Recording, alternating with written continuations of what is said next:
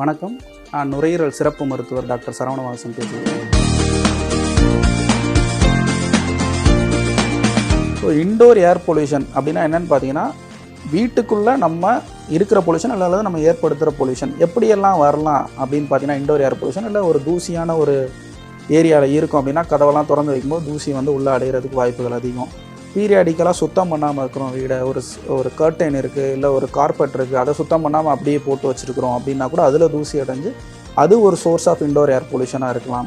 அப்புறம் ஊதுபத்தி, சாம்பிராணி இதெல்லாம் வந்து நம்ம சாமி கும்பிடும்போது கொளுத்திக்கலாம். பட் அதுக்கு ப்ராப்பர் கிராஸ் வென்டிலேஷன் இருக்கணும். அந்த புகை வெளியே போகக்கூடிய ஒரு ஏற்பாடோடு நம்ம பண்ணால் பெட்டர். அண்ட் அந்த கொசுபத்தி சுருள் அதில் இருக்கிற புகை வந்து நம்ம என்ன பண்ணோம்னா, நைட்டு கொசுபத்தியை ஆன் பண்ணி வச்சுட்டு நம்ம ஃபுல் டோர் விண்டோ எல்லாத்தையும் க்ளோஸ் பண்ணிட்டு அதிலே படுத்து தூங்கி எந்திரிக்கும் போது அது ஒரு பெரிய பொல்யூட்டண்ட்டாக இருக்கும். ஸோ கொஞ்ச நாள் நிறைய பேருக்கு அது எதுவும் பாதிப்பை ஏற்படுத்தாது. பட் ஆனால் நம்மளை அறியாமல் மாதங்கள் போக போக வருஷங்கள் போக போக சின்ன சின்ன பாதிப்பை ஏற்படுத்தி ஒரு கட்டத்தில் ஒரு பெரிய வீசிங்கை வந்து நிப்பாட்டுறதுக்கு கூட வாய்ப்புகள் அதிகம்.